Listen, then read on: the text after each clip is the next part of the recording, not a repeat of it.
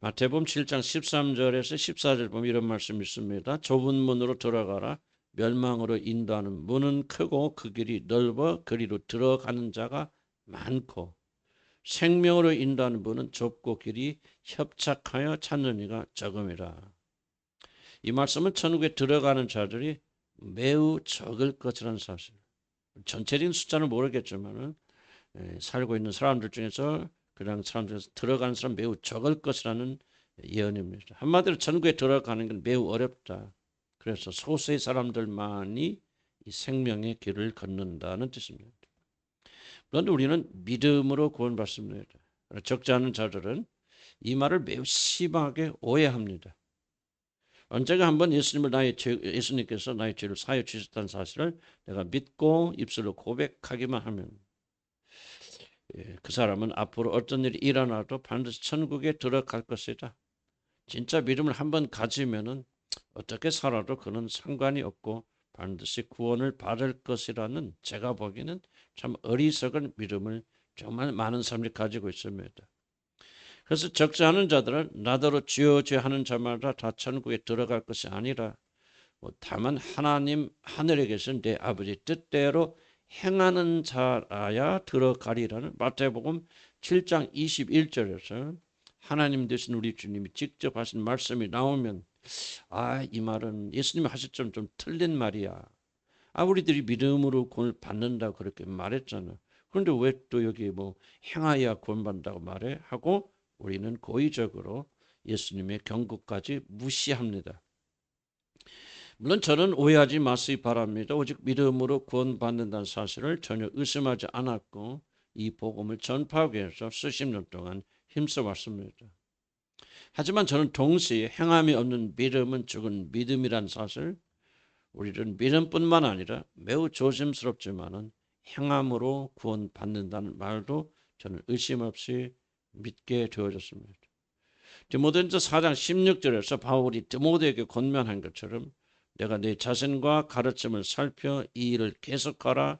이것을 행함으로 내 자손과 내게 듣는 자를 구원하리라는 말씀도 하나님의 입에서 나온 똑같은 참된 진리라는 사실을 저는 믿습니다. 우리들이 오직 믿음으로 구원을 받는다는 말은 우리는 행함으로는 결코 하나님의 의에 도달하지 못한다. 그렇기 때문에 하나님께서 우리의 구원을 위하여 이루신 모든 일을 우리가 그냥 믿음으로 받아들인다 하는 그런 뜻이지. 우리가 아무렇게나 살아도 아무렇게나 행동해도 막 죄를 막 짓고 살아도 그저 믿음 하나만 있으면은 그 사람은 어떤 일이 있어도 자동적으로 그날에 들어간다는 그런 구원파의 그런 뜻이 아닙니다. 이런 믿음은 구원의 이런 믿음이 아니라 나는 원수의 속임수에 불과하다고 저는 그렇게 믿습니다. 우리는 지난주에 부자가 하나님의 나라에 들어가는 것은 낙타가 바늘구멍으로 들어가는 것보다 어렵다는 사실을 가르친 비유를 우리가 오후에 나누어 보았습니다. 그래서 근데 이 비유의 결론 중 하나가 사람으로서는 불가능하지만은 하나님은 그것은 능력으로 자신이 택하신 자를 기어이 하늘나라로 데려갔을 것이라고는 그런 내용이라는 사실을 제가 말씀드렸습니다. 그런데 성도 여러분, 믿음은 결코 마술이 아닙니다. 우리 순식간에 우리들이 작아져 버리거나 또는 바늘구멍이 갑자기 커져 버려서 그리로 낙타가 쑥 들어가게 하는 마술을 통해서 하나님은 저와 여러분을 절대로 구원하지 않습니다. 저는 시간이 지나면 지날수록 그리고 성경을 조금이라도 깊이 알면 알수록 하나님은 마술이 아니라 수많은 연단과 고통으로 우리들을 바늘구멍으로 들어갈 정도로 낮추시고 부수시고 우리 안에 있는 수많은 죄를 다루심으로 우리를 구원하신다는 그런 사실을 더욱더 저는 깨닫게 되어졌습니다. 우리들이 발버둥을 치며 좁고 협착한 이 구원의 길을 눈물로 통과하게 하시고 그렇게 하심으로 하나님은 우리들을 구원하십니다. 울며 씨를 뿌리러 나가는 자는 반드시 기쁨으로 그 곡식단을 가지고 돌아오리라는 말씀이 무엇을 의미한다고 생각하십니까? 난 전혀 이건 전적으로 구원에 대한 예언이라고 그렇게 말합니다. 울음과 애통 가운데서도 바늘구멍에 적합한 사람이 되기 위하여 발버둥을 치는 자들을 하나님이 구원하신다는 그런 뜻입니다. 참으로 구원받은 자들은 내가 이미 하나님의 나라에 들어왔다고 그렇게 생각하고 다리 뻗고 쉬지 않습니다. 그러므로 우리가 저 안식에 들어가기를 힘쓸지니 이는 누구든지 저 순종하지 아니하는 본에 빠지지 않게 하림이라는 히브리서 4장 11절 말씀은 믿지 않는 자들에게 주신 말씀이 아니라 우리가 저 안식에 들어가면 이미 예수 그리스도 안에서 구원받은 우리들을 말하고 있습니다. 바로 그런 자들에게 너희들은 안식에 들어가기를 힘쓰라고 우리 주님이 격려하고 계신 것입니다. 사랑하는 성도 여러분, 만약 여러분이 참된 구원을 받으셨다면 그 사람은 쉬는 것이 아니라 이제부터 정말 하나님의 나라를 사모하는 그런 사람이 됩니다. 자신이 어떻게 해서든 더욱더 겸비하여지고 하나님의 나라를 간절히 사모하는 사람이 되어서 하늘의 바늘 구멍으로 들어가려고 애쓰게 됩니다. 나는 이것이 믿음의 길이라 그렇게 생각이 듭니다. 그냥 믿는다고 하는 것은 지식으로 끝나는 것이 아니라 그 믿음이 왔을 때 우리는 결코 변하지 않을 수 없는 그런 사람으로 변하게 되어져서 더욱더 하나님 나라에 적합한 사람으로 만들어져가는 과정이 없다면 여러분이 가진 믿음은 다 헛것이라고 저는 그렇게 주장합니다. 바로 이것이 믿음으로 구원받는 자들의 삶입니다. 믿음은 어떤 경우에도 행함과 분리되지 않습니다. 믿음은 행함을 필요하지 않습니다. 오직 믿음으로 구원받습니다. 그러나 어떤 경우에도 그 믿음은 행함과 아무런 상관이 없는 분리된 것이 절대로 아닙니다. 그래서 저는 이렇게 구원을 이해합니다. 믿음으로 구원받은 자들은 행함으로 그리고 그날을 사모함으로 그날에 들어갑니다. 만약 믿음으로 구원받다 말하는 자들이 행함이 전혀 따라오지 않는다면 그리고 그 나라를 사모하지 않는다면 나는 그 사람은 전혀 구원받은 사람이 아니라고 그렇게 말하고 싶습니다. 때문에 그 나라에 들어가기 위해서 힘쓰는 것이야말로 믿음이 없는 것이 아니라 자신의 믿음이 참되다는 것을 증명하는 것. 내가 진실로 믿음으로 구원받았다는 것을 무엇으로 증명합니까? 우리 안에서 행함에 대한 열정이 일어나고 어떻게 보면 마치 행함으로 구원받는 것처럼 자기 구원을 위해서 전적으로 행함에 매달리는 일을 반드시 하게 되고 우리가 이것을 보게 될 때 그 사람에게 믿음이 있다라고 그렇게 말하는 것입니다. 물론 나는 오직 믿음으로만 구원을 받는다는 말과 이와 같이 행함이 없는 믿음은 죽은 믿음이라는 사실이 결코 잘 어울릴 수 없는 모순되는 말이라는 사실을 저는 압니다. 우리는 어쨌든 행함이 전혀 필요 없는 그런 믿음으로만 구원받는다. 그 말과 우리가 행함이 없으면 구원받지 못한다. 행함이 없는 믿음은 거짓이란 말이 어떻게 조화를 이룰 수 있겠습니까? 이거는 전혀 조화가 되지 않는 극적으로 모순되는 말입니다. 하지만 내가 비록 이해하지 못하여도 모순되게 들려도 믿음으로 구원 얻는다는 말과 행함이 없는 믿음은 가짜 믿음이다. 그러므로 그 나라에 들어가기를 힘써야 된다는 말은 나는 모순되고 우리가 이해되지 않는다 할지라도 똑같이 다 하나님의 입에서 나온 타협할 수 없는 진리의 말씀이고 우리는 결코 하나라도 무시해서는 안 되는 살아있는 말씀이라고 생각이 되십니다. 이해하지 못한다 그래서 틀리다 아니다고 말하는 것은 굉장히 어리석습니다. 이런 뜨거운 목욕탕에 들어가면서 우리 어른들이 뭐라고 들어갑니까? 아이고 시원하다 하고 이렇게 말하면서 들어가지 않습니까? 어린 아이들이 어떻게 그 말을 이해하겠습니까? 그러나 어른이 되어서 자기 자신이 체험을 하면 그 아이도 언젠가는 뜨거운 목욕탕 물에 몸을 담그면서 그 참 시원하다 그러면서 들어갈 것입니다. 믿음으로 구원을 받은 자들은 두렵고 떨리는 마음으로 자신의 구원을 이루어 나가야 하며 행함으로 자신의 구원을 완성해야 됩니다. 이것은 아무리 모순되게 들린다 할지라도, 이해가 되지 않는다 할지라도, 이것은 여러분의 이해에 따라서 달라지는 말씀이 아니라 영원히 천지가 없어져도 1.1획도 변하지 아니하는 하나님의 기록된 말씀입니다. 우리는 교리로 하나님의 말씀을 희석해서는 안 됩니다. 행함, 믿음, 이것이 바로 올바른 구원의 길입니다. 여러분이 구원의 확신을 가졌노라 말하면서 자신의 구원을 해산하는 고통하지 않는다면 그 사람은 결코 믿음으로 구원받은 사람이 아닙니다. 나는 언젠가 제가 대학원에서 공부할 때, 신학대학원에서 공부할 때, 우리 굉장히 좀 저를 담당하던 그 교의사 교수님이 계셨는데요. 이제 수업을 마치고 딱 교실로 들어갔으니 자기 방으로 들어가서 저희도 같이 이제 대학원생들 몇몇 따라 들어갔습니다만, 그래도 유행가를 막 재지는 유행가를 크게 틀으시고 막 따라서 부르시면서 이 말씀하시더라. 이게 복음의 자유입니다. 그러면서 세상에 대해서 많은 것을 절제하지 않고 즐기신 것을 보면서 저는 잘 이해하지 못했는데, 나는 솔직히 말해서 그게 매우 틀렸다는 생각을 저는 지금 확신합니다.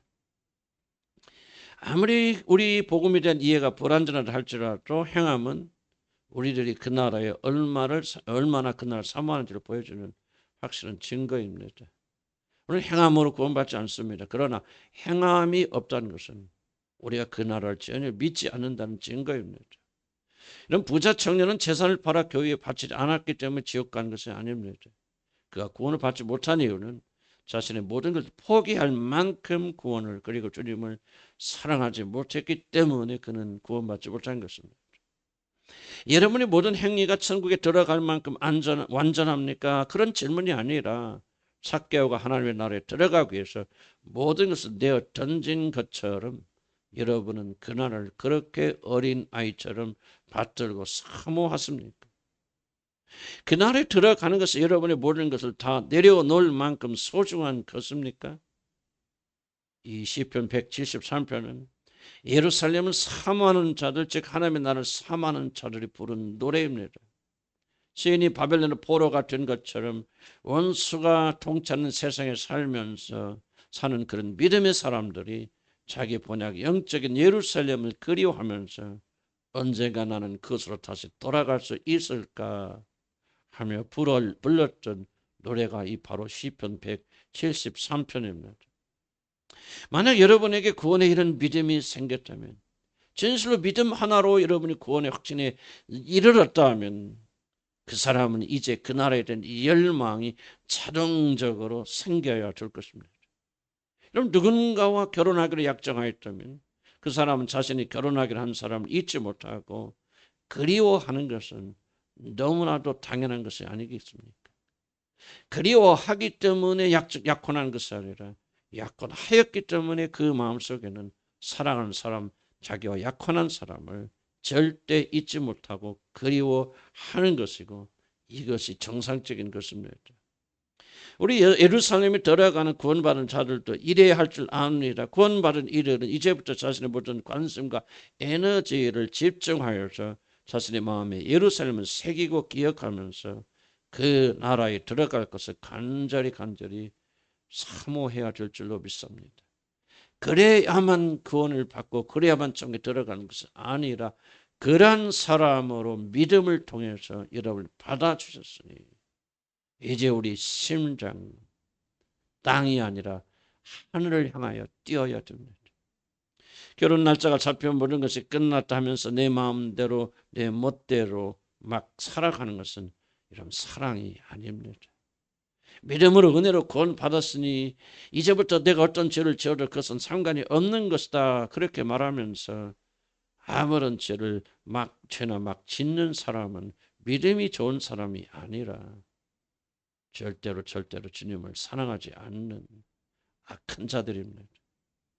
믿음으로 시작한 이들은 이제 그분 앞에서 완전한 신부로 드러나기 위해서 부정하고 더러운 자나 주님께서 나를 받으셔서 자기 신부로 받으셔서 은혜에 감사하고 감격하여서 어떻게 하면 내가 가장 아름답고 귀한 모습으로 우리 신랑 되신 그분 앞에 나타날 수 있을까 생각하면서 세월을 아끼고 시간을 아끼면서 자기 자신을 정결하게 만들어가는 거룩한 신부, 이것이 바로 믿음으로 하나님의 자녀가 된 사람들의 모습입니다. 믿음으로 시작하고 믿음에서 자라서 믿음에서 믿음에 이르고 그 믿음은 더 큰 영광으로 우리를 인도합니다. 만약에 여러분이 구원에 이르는 믿음이 순수하게 있다면, 오직 믿음으로 여러분 구원을 받으셨다면 여러분의 마음엔 하나님의 나라에 대한 열망, 예루살렘을 사모하는 마음이 누가 가르쳐 주지 않아도 새롭게 일어날 것입니다. 은혜로 말미암아 참전 믿음이 주어진 순간부터 우리 마음에는 예루살렘에 대한 열망이 뜨겁게 일어납니다. 은혜로 받고 믿음으로 받았으니 이제 아무것도 안 해도 괜찮다, 나는 구원받았다 생각하면서 하나님에 대한 그리스도의 열정, 예루살렘을 사모하는 마음이 일어나지 않는다면 그 사람은 절대 구원받은 사람이 아닙니다. 속았을 뿐입니다. 사랑하는 하나님의 자녀들이에요. 여러분 안에 성령 오신 뒤로 과연 예루살렘을 향해 된 열망이 사라지던가요?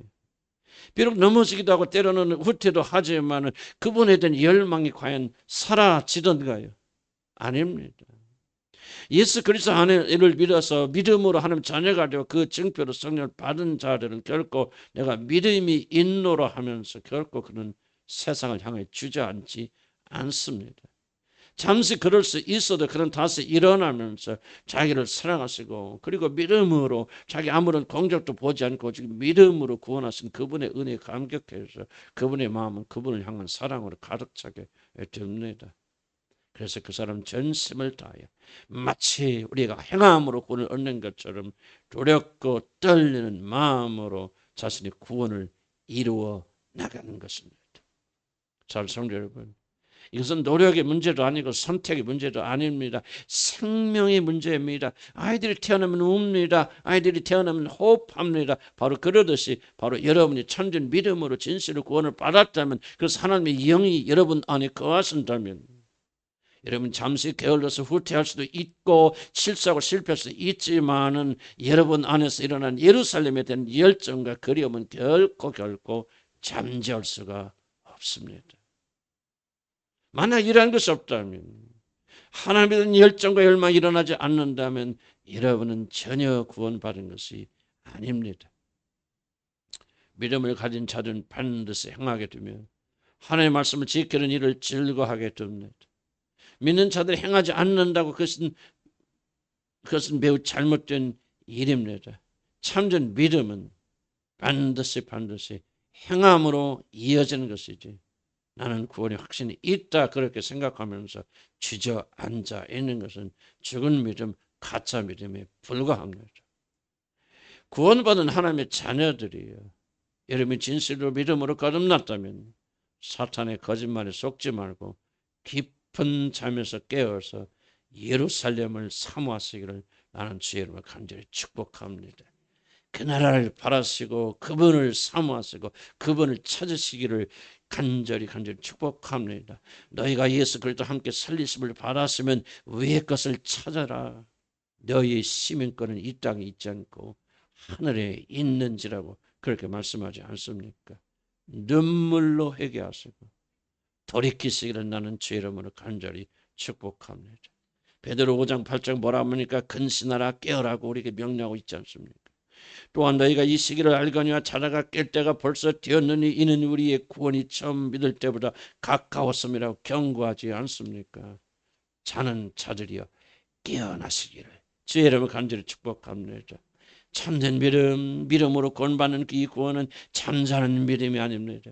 구원의 확신이 있고 내가 지금 죽어도 천국에 갈 자신이 있다고 생각하면 이제 앉아서 노는 것은 참된 믿음이 아닙니다. 오직 믿음으로 구원받았다는 확신은 우리 안에서 하나님의 말씀에 순종하고자 하는, 행하고자 하는 열망을 일으킵니다.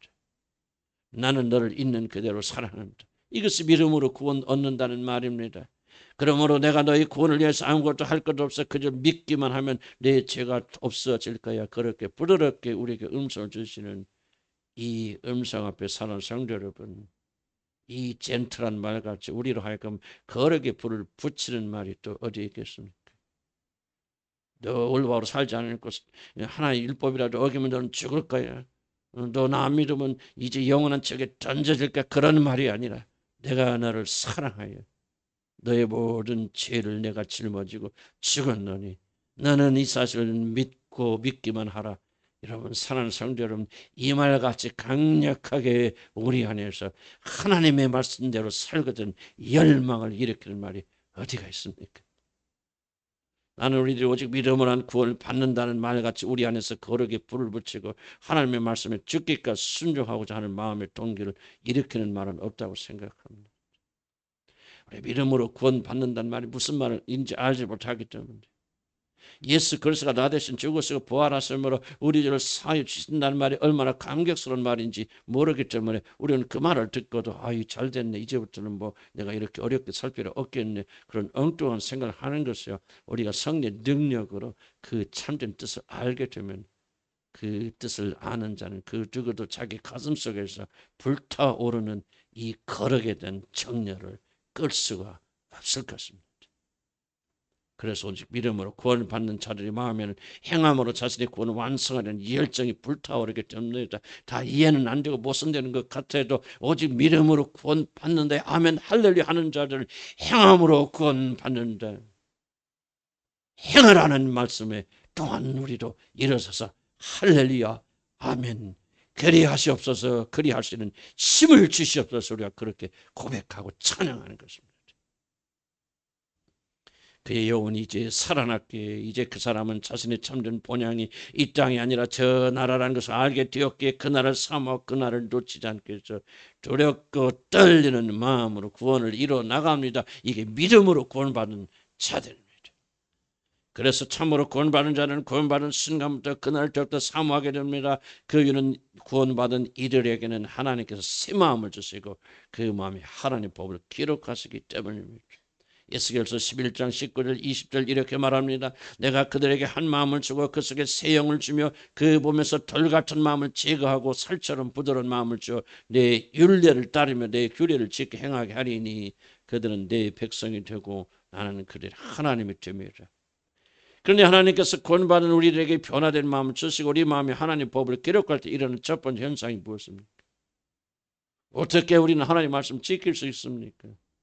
그건 바로 예루살렘을 사랑하는 마음을 여러분에게 부어주십니다. 구원을 사모하고 그 나라를 애타게 그리워하게 됩니다. 오직 믿음으로 새 마음을 받은 시인은 이렇게 결심합니다. 내가 예루살렘을 기억하지 아니하거나 내가 가장 즐거워하는 것보다도 더 예루살렘을 즐거워하지 아니할진대 내 혀가 내 입천장에 붙을지어다. 시인은 예루살렘을 즐거워하는 즐거움에 대하여 말하고 있습니다. 그가 포로로 잡혀 있는 바로 그런 때에도 바벨론에 동화되지 않고 예루살렘을 바라보며 그것에 다시 돌아갈 만을 손꼽아 기다렸던 이유는 자신이 사랑하는 그 모든 것보다도 이제 예루살렘을 더욱더 사랑하게 되었기 때문입니다. 그래서 자신이 사는 바벨론 문명이 아무리 영광스럽고 예루살렘에서 먹어보지 못한 산의 진미 단 음식으로 매일 자신의 배를 채울 수 있어도 그들은 거기서 얻는 모든 즐거움을 버리고 눈물로 예루살렘을 사모하였던 것입니다. 그의 마음에는 예루살렘을 즐거워하는 마음이 바벨론을 즐거워하는 것보다 넘쳤습니다. 이와 같이 저와 여러분이 거듭나게 될 때 하나님은 우리 마음에 바로 하나님을 그리고 하나님의 말씀을 즐거워하는 새로운 마음을 심어주십니다. 여러분 이게 왜 중요합니까? 만약 우리들에게 하나님 향한 즐거움이 없다면, 예수를 믿는 것은 즐거움이 일어나지 않는다면 그 사람은 결코 하나님을, 예수님을 찾을 수가 없기 때문에 그렇습니다. 여러분들 잘 아시다시피 온 우주에는 우주 만유 인력이라고 하는 법칙이 있습니다. 우리가 사는 지구에도 모든 것을 지구의 중심으로 좀 끌어당기는 강력한 힘이 있습니다. 그래서 모든 것들이 지구의 중심을 향해서 우리가 다 서 있게 됩니다. 여러분 지구는 계속 돌고 있기 때문에 사실 우리 하루의 반절은 우리가 지구에서 거꾸로 지금 매달려 있는 겁니다. 그런데 떨어지지 않습니다. 거꾸로 매달려 있던 압력을 느끼지 않습니다. 그 이유는 만유 인력이 여러분을 잡아 당기고 있고 모든 걸 잡아 당기고 있기 때문에 이게 지금 널널하지 않고 그대로 있습니다. 그래서 달이나 우주 공간에 나가서 이 만유 인력이 미치지 못하는 곳에 가면 동동동동동 떠다닙니다. 아무도 잡아 당기는 것이 없기 때문입니다. 그래서 우리는 이것을 가리켜서 우주의 법칙이다 그렇게 말합니다. 근데 영의 세계 혹은 인간의 마음의 역사는 만유 인력과 같은 법칙이 있습니다. 매우 중요합니다. 잘 들으시기 바랍니다. 바로 그것은 놀랍은 즐거움의 법칙 또는 쾌락의 법칙이라고 하는 것입니다. 이 법칙은 모든 생물들이 움직이거나 행동을 할 때 어떻게 움직이느냐, 무엇이 근거해서 행동하게 되느냐, 다른 것이 아니라 자기 자신을 즐겁게 만드는 것을 향하여 가고 그것을 행하고 그리고 자기 자신이 싫어하고 자기 자신을 나쁘게 만드는 것을 악착같이 피하게 되는 이 단 하나의 행동 원리를 가지고 있고 이것을 가리켜서 즐거움의 법칙 또는 쾌락의 법칙이라고 그렇게 말합니다. 그래서 사람들은 자기 자신들이 즐겁게 여기는 것에 머물고 즐거운 것을 향하게 하고 그리고 그러한 것들을 행하지만은 반대로 내가 싫어하는 것, 힘든 것은 악착같이 피하게 됩니다. 사람들은 오직 자신에게 즐거워 보이는 것은 하고 싫고 고통스럽게 보이는 것은 악착같이 피하므로 자기 생명을 보존하는 법칙을 가리켜서 즐거움의 원리 혹은 쾌락의 원리라고 말하며 이것은 온 우주를 다스리는 가장 중요한 작동 원리 중에 하나입니다. 무슨 말입니까? 만약 여러분들이 구원받을 때 하나님께서 여러분의 마음에 하나님을 즐거워하는 마음을 심어두시지 않는다면 여러분들이 아무리 구원을 받고 성령을 모시고 살아도 여러분은 결코 하나님을 향하여 나갈 수가 없다는 것입니다. 하나님을 찾는 일이 즐거움 주지 못하기 때문입니다. 즐거움은 우리들이 움직이는 동력이고 하나님을 섬기게 만드는 일입니다. 시편 110편 3절에 이렇게 말합니다.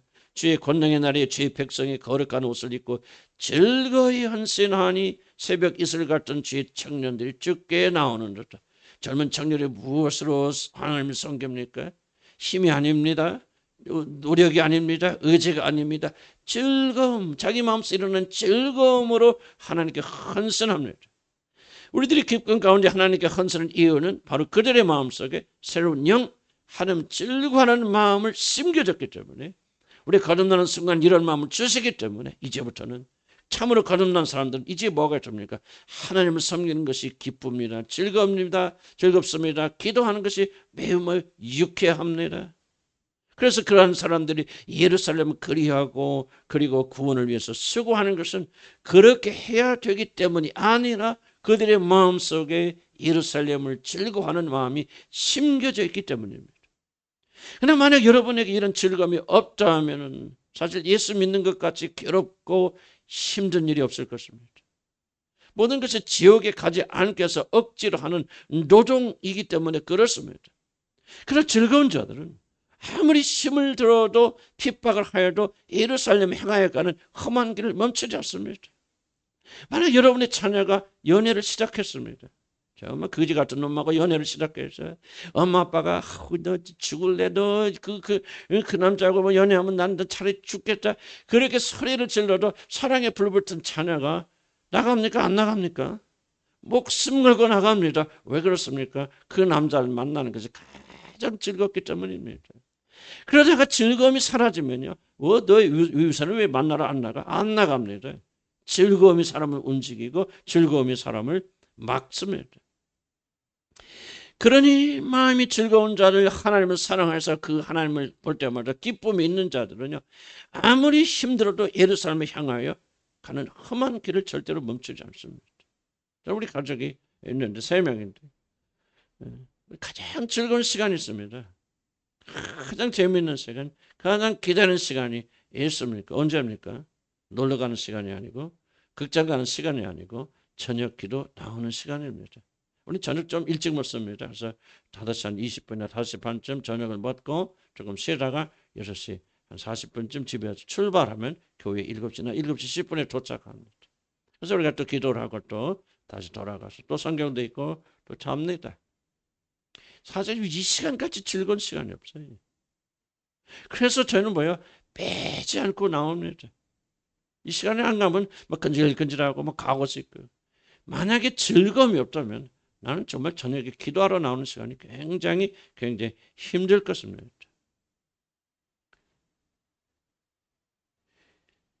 하나님을 열심히 믿는 사람은, 하나님을 열심히 믿는 이유가 딱 하나입니다. 즐겁기 때문에 그렇습니다. 세상을 열심히 사랑하는 사람은 이유가 딱 하나입니다. 세상이 그렇게 즐겁기 때문입니다. 우리 믿음이 성장하는 것도 또 반대로 후퇴하는 것도 사실 다 이 즐거움을 어디에 두느냐에 달려 있습니다. 하나님 알아가고 하나님 말씀에 순종하는 것이 즐거운 사람은 그렇게 하지만 그것이 즐겁지 않으면 우리는 억지로나 겉만 성종하고요. 나이 들고 힘이 떨어지면 더 이상 그 신앙을 유지할 힘이 없습니다. 즐거움은 세상에 있는데 즐겁지 않은 일을 연속적으로 하느니 그것같이 예수 믿는 것까지 고행스럽고 고통스러운 일이 없습니다. 난 여러분이 한번 묻고 싶습니다. 여러분의 믿음이 요즘 들어서 왜 식었습니까? 왜 좀 차가워졌습니까? 왜 냉랭해졌습니까? 그렇지 않은 분도 계시겠지만 그런 분들이 있다면 한번 대답해 보시기 바랍니다. 그 이유가 무엇인지 아십니까? 그 이유는 단 하나밖에 없습니다. 그 이유는 지금 여러분은 하나님 아닌 다른 것에서 즐거움을 찾고 계시기 때문입니다. 거기서 즐거움을 얻기 때문에 자연스레 여러분이 하나님을 떠나가게 되는 것입니다. 하나님 믿는 것이, 기도를 하는 것이, 그리고 예배를 드리고 하나님의 말씀에 순종하는 것이 즐거운 자들은 어떤 핍박과 어려움이 다가와도 그들은 절대로 하나님 떠나지 않습니다. 왜? 그게 제일 즐겁거든요. 제일 기쁘거든요. 그러니까 고통스럽다가도 교회에 와서 눈물 흘리면 정말 만족스럽거든요. 하나님을 섬기는 즐거움이 그 사람을 끌고 가기 때문에 그러한 하나님 안에 있는 즐거움을 깨닫는 자들은 어떤 경우에도 절대로 하나님을 떠나지 않습니다. 그러나 하나님 안에 있는 즐거움을 발견하지 못한 자들은 결국 세상으로 나갑니다. 여러분 달리 말하지 마시고 변명하지 않기 바랍니다. 하나님에 대한 열정이 식은 유일한 이유는 하나님이 아닌 다른 것을 여러분이 지금 즐겨하고 있기 때문에 그렇습니다. 정말 중요한 질문이 이것입니다. 왜 나는 즐거움을 잃어버렸습니까? 어디서 무엇을 하나님을 섬기는 나의 즐거움을 빼앗겼습니까?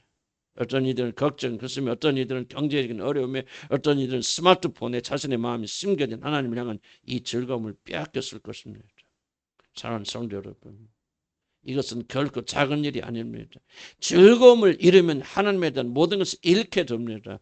부도덕한 죄를 내가 짓지 않았다고 안심하고 잊지 말기를 바랍니다. 이건 옳고 그러나의 문제가 아니고 영적 세계에서는 도덕적 문제가 중요하지 않습니다. 여러분에게 하나님을 사랑하고 사모하고 그분을 기쁘시게 하며 드리는 일에 여러분이 즐거워하고 있느냐 그렇지 않느냐, 바로 이것이 중요합니다. 무엇이 오늘 여러분의 마음을 장악하고 있느냐, 이것이 영적 세계에서 가장 중요한 것이지. 너 바람 폈느냐 안 폈느냐, 도둑질 했느냐 안 했느냐, 싸웠느냐 안 싸웠느냐, 거짓말 했느냐 안 했느냐, 이것은 영적 세계에서 그렇게 중요한 일이 아닙니다. 생각해 보시기 바랍니다. 아무런 잘못도 저지르지 않은 여러분의 배우자, 정직하고 거짓말도 한마디도 안 하고 그렇게 하는 그런 여러분의 배우자가 지금 여러분 앞에 앉아서 다른 여자를 마음에 품고 그 여자를 생각하고 있다면 이것이 가장 심각한 일이 아니겠습니까? 여러분이 한 번도 빠짐없이 주의를 지키고 있는가, 물론 좋은 일이죠. 얼마나 많은 헌금을 내고 있는가, 좋은 일이죠. 얼마나 큰 헌신을 하고 있느냐, 나쁜 일이 아닙니다. 그러나 하나님의 나라에서는 이게 중요한 것이 아닙니다. 무엇이 여러분의 마음을 뛰게 만드는가, 이게 하나님 나라에서는 가장 중요한 일입니다. 바로 그분 알아가고 그분과 하나가 되는 일에 즐거움이 있느냐. 만약 여기에 이상이 생겼다면 여러분 지금 하나님과 가장 심각한 문제를 가지고 있다는 사실을 깨닫게 되기를 나는 주의 이름으로 간절히 축복합니다. 오늘 여기에 앉아 계신 여러분의 마음이 어디를 향하고 있느냐가 하나님은 가장 큰 관심을 가지고 지켜보십니다. 사는 성도들, 오늘 시편에서 예루살렘을 그리며 사는 시인이 한 결단이 무엇입니까? 나는 결코 세상으로부터 즐거움 취하지 않으리라는 결단입니다. 내가 만약 이 세상의 것을 하나님보다 더 사랑한다면은 나에게 저주 위에 또 저주가 임할지라 하면서 자기 자신을 저주하는 것이 오늘 시편의 내용입니다. 우리 그리스도인들에게도 이런 결단이 필요할 줄 압니다. 내가 가장 사랑하는 것보다도 우리 주님을 더욱더 사랑하지 않는다면 나에게 저주가 있을지로다. 나는 음란하지 않아야 돼, 거짓말하지 않아야 되고, 이런 것은 아닙니다. 이런 것이 아니라 내가 만약에 이 세상에서 하나님보다 더 사랑하는 것이 있다면 나에게 저주가 있을지어다 라는 각오로 우리가 하나님을 섬겨야 된다.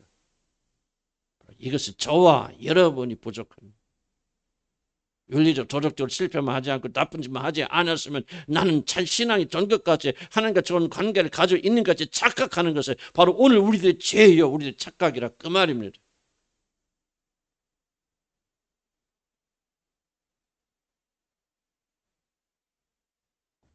하나님은 바로 우리를 그런 자로 만드시기 위해서 여러분의 죄를 용서하시고 영원한 사망에서 건져 주신 것입니다. 사랑하는 성도 여러분, 그러한 즐거움이 아무리 작을지라도 여러분의 마음에 심겨져 있습니다. 난 여러분 진실을 거듭나고 하는 자녀가 됐다면 여러분은 이제 갓난아이 같지만은 하나님의 것을 사랑하고 사모하는 그런 마음이 심겨졌다 저는 확신합니다. 여러분이 진정으로 거듭나서 하나님을 즐거워하는 마음이 심겨져 있다면 반드시 비를 몰고 큰 구름이 될 것이고 우리가 지속적으로 이것을 사모하고 나간다면 여러분의 마음 하나님을 향한 열정은 큰 구름처럼 커질 것입니다.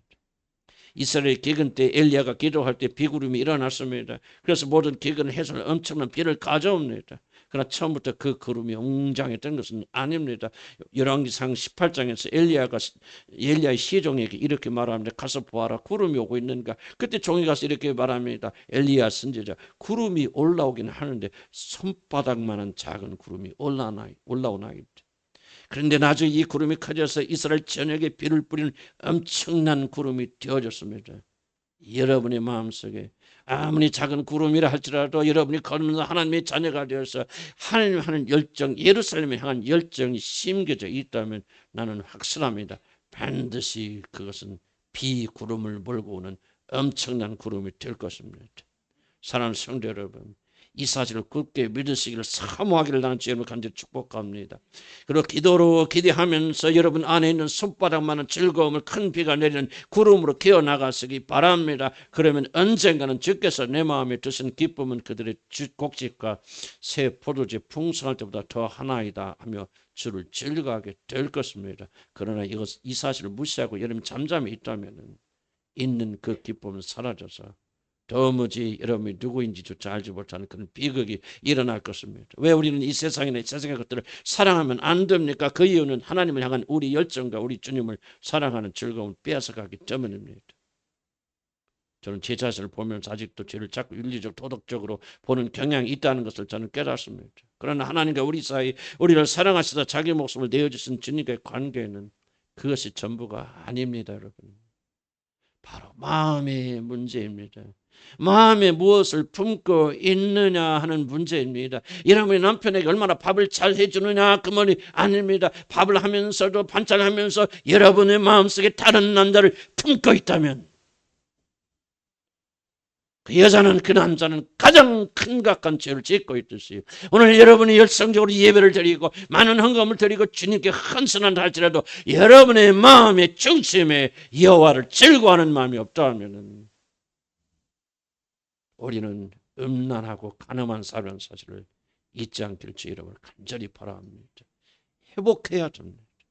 목숨 걸고 이 마음을 회복하게 되기를 난 주 여러분을 간절히 축복합니다. 우리 믿는 이들은 하나님을 섬기는 일이 참으로 즐거운가 이것으로 여러분의 신앙을 평가해야 됩니다. 내가 얼마나 열심히 일하느냐 얼마나 많은 헌금을 드렸나가 아니라 내 마음이 그를 향해서 얼마나 뜨거운가 그의 이름을 들을 때 그가 행하신 일을 들을 때 그를 성경에서 읽을 때 얼마나 내 마음이 뜨거워지는가가 우리 마음을 우리 신앙을 결정하는 중요한 요소란 사실을 잊지 않기를 바랍니다. 그래서 시인은 이렇게 말합니다. 내가 가장 즐거워하는 것보다도 하나님을 더욱더 즐거워하지 않는다면 나에게 저주의 저주가 있을지로다. 그렇게 저주하면서 하나님 외에는 어떤 것에서도 즐거움을 찾지 않겠노라고 그렇게 결단하는데 이것이 바로 거듭난 그리스도인들의 참된 모습입니다. 여러분이 예루살렘을 정말 사모한다면, 그날에 들어가는 것을 정말 원하신다면 여러분도 반드시 이 시인의 결단을 따라 결단해야 됩니다. 이 세상의 어떤 것도 하나님보다 더 사랑한다면 나에게 저주가 있을지로다. 난 이런 각오로 믿으실지 여러분을 간절히 축복합니다. 이제 말씀을 맺습니다. 일찍이 돌아가신 우리 외할머니가 계십니다. 저는 얼굴도 뵙지 못했습니다. 우리 어머님이 결혼하기 전에 돌아가셨기 때문에. 근데 정말 들어보면 인격적이고 정말 미모가 축출하신 분이시고 정말 인격이 넘치는 분이시고 아마 그 지역에서는 아주 그냥 아주 이렇게 칭찬받던 그런 분이었다 그럽니다. 그런데 우리 이제 어머니가 나이가 되어서 이제 사랑하는 딸이 정혼을 한 사위가 있고 저희 아버님인데 우리 그 외할머니가 사시는 동네와 그 우리 할아버지 우리 아버님이 사시는 동네가 그렇게 멀지 않아요. 이렇게 가깝게 왕래할 수 있는 사이는 아닌데 산에 올라가면은 그 동네가 보입니다.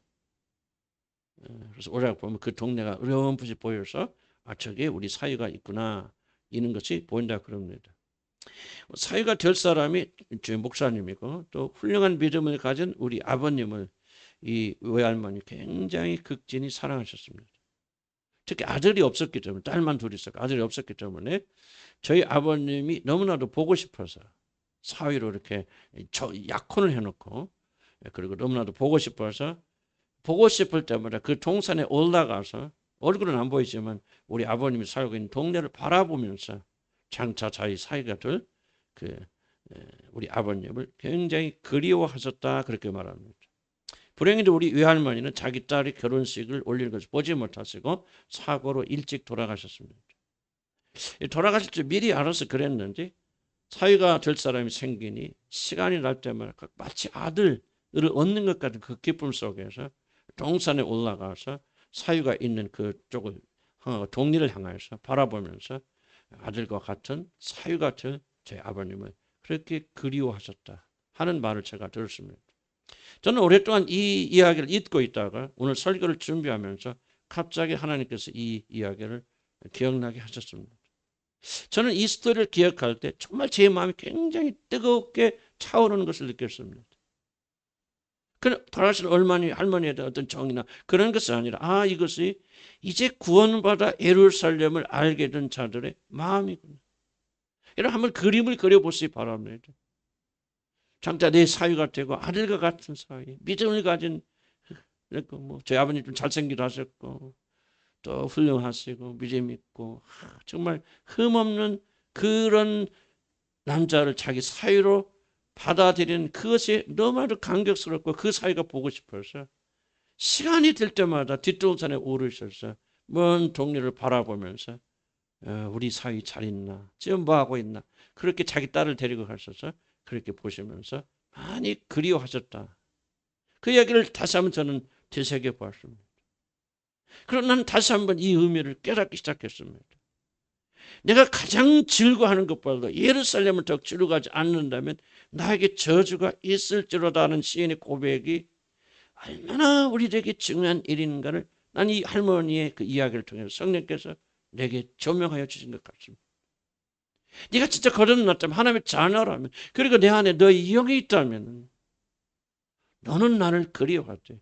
마치 내 외할머니가 장차 자기 사위가 될 그 사람을 그리워해서 시간 있을 때마다 동산에 올라가면서 우리 아버님이 사시는 동네를 바라보면서 딸과 함께 그렇게 바라보았던 것처럼 이렇게 나를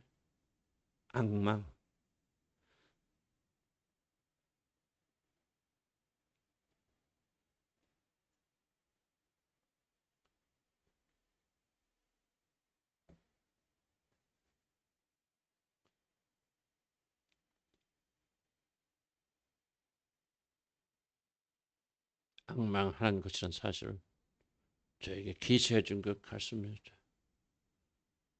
나는 저 여러분이 예수 믿고 그저 좋은 나라, 하늘나라 가는 거 원치 않습니다. 나도 정말 그분의 나라 가기 전에